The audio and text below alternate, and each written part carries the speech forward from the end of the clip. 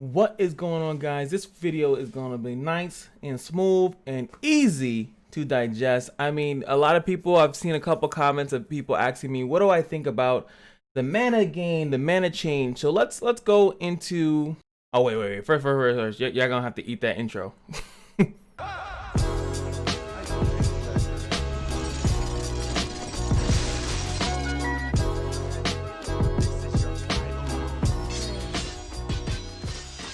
So what's going on, guys? It's your boy Cash. So now we're in the battle effects. This is all now changed. Now there's a whole different way that the elements work, and I see that there's some people that seem to be upset with this and some people that are happy about this. But one thing that you need to know, that this video is 100% MFO. So what I'm going to be doing today is just kind of talking about how I feel about all the changes. As you guys know, before, when a character reached 5-star status, they had a specific nature, not on nature, but depending on their element, that they would actually gain mana in a certain way. Some of them, I actually did a video on this a while ago, is that some of them to me were just more broken than others. Like Light, I feel like at the biggest shaft, they just made Light heroes dramatically shittier because they just didn't gain mana as good as even their counterpart of the Dark hero. They didn't gain as much as the best, which was Nature in my opinion, and then Fire being just as good, especially because of how often people crit. So with that being said, I do think that just from that alone, changing that every character gains mana in the same way, I'm gonna favor that. The reason why is because it does make everything a little bit more linear, but at the same time, I think it makes more characters stronger. And of course, unconsciously or subconsciously, whatever it is, it also nerfs certain characters. One of the characters that I immediately comes to mind that gets nerfed because of this is going to be Rara. Rara is going to get nerfed because she pretty much, with the Tranquil stuff, whether there's Tranquil on your side or whether there's Tranquil on the other team side, didn't matter who had the Tranquil, big skills or single target burst skills happen. Rara, being a nature character, would gain a crap ton of mana, and then she would have the burst, and if you couldn't kill her because she pretty much had 2 lives with Tranquil, it just made it a little bit hard to get her down, and then she pretty much will kill you on the second wave. This is kind of a little bit more tame way of making people gain mana and allowing people to, it does add a different layer of strategy, but we're gonna have to play out the game a little bit more. I'm gonna go into a PvE match and just see how it works, not to see how it works, but to kind of showcase my point. Now it says here, upon reaching 5-star, 1 mana is generated for heroes on the same row once every round at the start of own turn. So every mana, how I read it, is that pretty much every time your characters go, they're gonna get mana. Heroes on the same row, so I would assume that if you have 4 heroes is the highest you can have in one row, that there's gonna be, once all your characters get a turn, all 4 of them will get at least 1 mana. And then if you have one person in the back, that's kind of how it should make sense, because it's like you're trying to focus on that. This didn't change the type thing. Attack and chaos, they get attacked when they're, oh my god, when their attacks are successful. Defense types is when they get hit. Let's just go and just test something like that out. I think that's something that we could just easily test out. You guys said you wanted to see chapter 11. You guys will see some chapter 11 from me. What I'm gonna do, I think I'm just going to do, like I said, the cutscene parts. I'm gonna play through it. I'm gonna try to play through it in one sitting, but I'm just gonna focus and show the cutscene parts. If there's some dialogue that I like, then I'll probably look into it. All right, so everyone so far has 1 mana, so it should work by let's see, Frankie's gonna get another mana, and we'll see how that exactly works. So I'm just gonna attack here. I should gain 1 mana, so now I have 2. She's getting hit, so that's why she gained 2. Now Frankie gives out 1 mana as well to the front row, so Anna got 1. Well, sorry, Frankie has President, so the front row will always have permanently 1 mana. So that you're not gonna see that. I forgot that passive works a little bit different. I almost feel like I should take him out because he might confuse you guys. But as you can see, when his turn came up, Anna got 1 mana, he got 1 mana, and then so did Iris. So next turn, Iris should go, and that means Anna should get mana, Iris should go into purple, and then Frankie should have 3. So I'm just gonna auto attack here. I don't want to cause any breaks because breaks are gonna do something completely different. So boom, everyone in the front row got mana. So what I said is true. It goes by each person in your row. So if you want to generate a lot of mana for a specific comp, you have to invest into a formation that's going to benefit that. So even with, Iris giving out mana, pumping out mana, as you can see, my Valentina in the back is not really getting too much mana. She's not benefiting that much from this formation because this formation is more, she's only gonna gain mana, and Riley's only gonna gain mana when one of those characters go, characters in the back go. So as you guys can see, it's now going to be more based on formation instead of it being based on, you know, element. And they're trying to do something else with the elements, which I don't think, in my opinion, is I don't really think it's gonna help too much, but that's kind of the change here. I'll go into comp stuff or whatever a little bit later. Now breaks, as you guys know, they changed it. There are no more elemental breaks anymore. It's just that you're gonna break them with the element, but then they're just gonna take double damage. You're gonna get mana every time they get hit.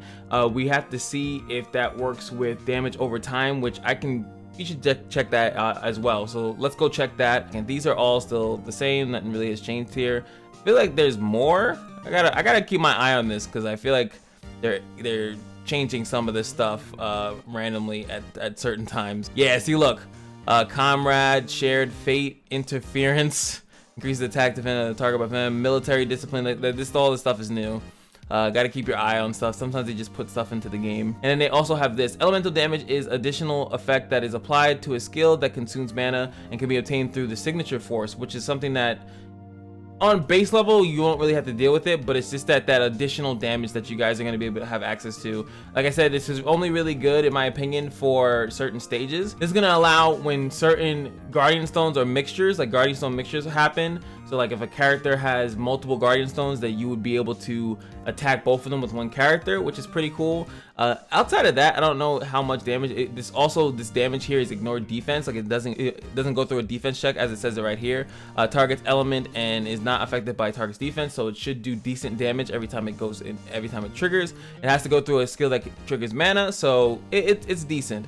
But let's check out this break thing, see if it works with damage over time. And here is a perfect example of when the thing I just mentioned, right, that this would be pretty good because this guy has 3 different elementals. His signature force would be really good at messing around with the guy over here by breaking his multi stones with one attack. But just an example. All right, here we go. This is what we're looking for. So now this thing is a couple turns. So I just spent 2 mana, so I went down to 1, and then now she got 1 from Rudley, so hopefully we'll just, I'm not gonna attack into it. She might gain a mana here. Yeah, see, she did. She gained a mana for the DPS done onto the thing. So damage over time still works. All in all, it's gonna come down to this right here, the formation. And that's where, like I said before, it's where you're gonna have your mana. So now if you want Rara to gain a lot of mana passively, you'd have to go with a formation like this. Because remember also in PvP is that you can't actually do this. You can't, like how Frankie is in the back row, you know, you can't do that in PvP. You actually have to fill in the slots. So if we were to go with a standard PvP team or something of that nature, which would be battery, these 2, battery, I have a Rara, don't I? Something like this. I think this is a pretty standard ass comp. Now your front line with Frankie, you know, Iris is going to be enabled or whatever like that, but now your front line can do a little bit of work. They're going to only gain so much mana, but Iris is going to be pumping mana into the rest of the team. Rara is going to get mana pumped into her by Annie, but Bathory here, she's going to gain mana very slowly. She's only going to gain mana when she attacks herself and when the 3 turns come up. So she's gonna have a little bit of time actually getting to her burst. And this is pretty much what this counters. It counters a lot of the high burst characters. It's a slight nerf to a character like Bathory that has to wait till 5. A person like Maggie, for instance, can burst at 3. So she would be fine to do her S3 on her turn, things of that nature. Now let's say you don't have Annie, because as the game gets longer, guys, you guys got to remember that not everyone's gonna have the same characters from people that play the game from day 1 and things of that nature. So not everyone's gonna have Annie going forward, you know.